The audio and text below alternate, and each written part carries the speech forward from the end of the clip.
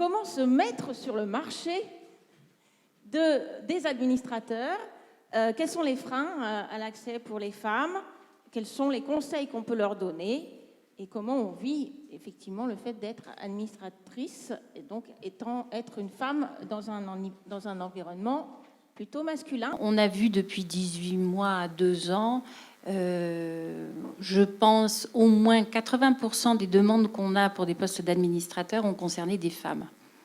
Alors ça peut paraître très injuste, d'ailleurs on voit de temps en temps certains candidats dans la tranche d'âge 50-55 qui se disent finalement nous sommes brimés, on va passer à travers. Mais les chiffres sont là. Et si ça n'est que 80%, c'est parce qu'on travaille un petit peu pour des fonds d'investissement aussi dans des sociétés pas du tout cotées et assez à part, et qui, eux, ne posent pas explicitement la question en disant « nous voulons une femme ». Donc en général, on essaye de placer un homme dans ce cas-là, puisque nous gardons les femmes pour les nombreuses demandes qu'on a sur les autres conseils. Alors on va passer en revue un peu les critères d'accès. L'âge. Alors, l'âge, il faut savoir que sur le CAC 40, l'âge moyen des femmes administratrices est inférieur de 5 ans à l'âge moyen des hommes administrateurs, ce qui montre déjà qu'effectivement, on a tendance à aller vers des profils un petit peu plus jeunes. Pour autant, il y a un certain nombre de critères qu'on retrouve rigoureusement de la même façon entre les hommes et les femmes, pour lesquels il n'y a pas de différence.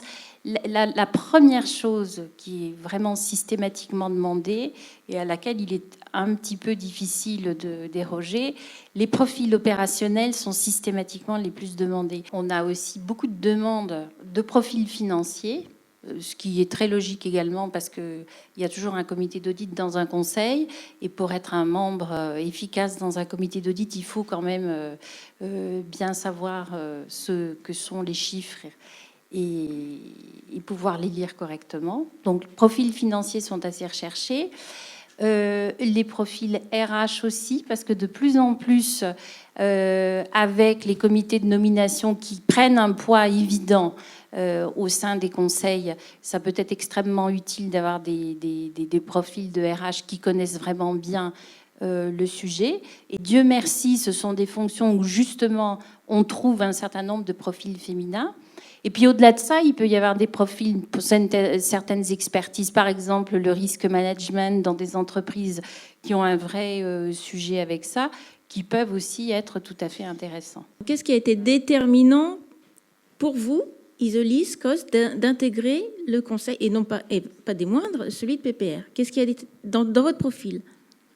On parlera du réseau plus tard. Donc moi, j'ai intégré le conseil de PPR il y a un peu plus de 2 ans maintenant. Clairement, c'était avant les quotas, mais c'était une anticipation des quotas. Donc le fait d'être une femme était évidemment un point positif et important. Maintenant, je pense, et en tout cas c'est comme ça que ça me l'a été présenté, c'est pas la raison. La raison, c'est mon métier, puisque moi, la seule chose que je connais, c'est le marketing interactif, donc le marketing sur Internet et les mobiles. Alors, je connais que ça, le reste, je connais pas. Je connais un peu les chiffres aussi, parce que il faut bien, mais mon vrai métier, c'est le marketing sur Internet et le mobile. Et en l'occurrence, le groupe PPR a un pourcentage de son chiffre d'affaires et des ambitions de développement extrêmement importants et des consommateurs qui les obligent à réfléchir à ces médias-là. Donc c'était un axe important pour eux, un savoir-faire important pour eux et à ajouter dans leurs conseils. D'accord. Carole, oui. Je voulais juste ajouter une chose, il y a l'expertise, mais enfin la case opérationnelle, quand il s'agit d'un chef d'entreprise, elle est quand même cochée plusieurs fois.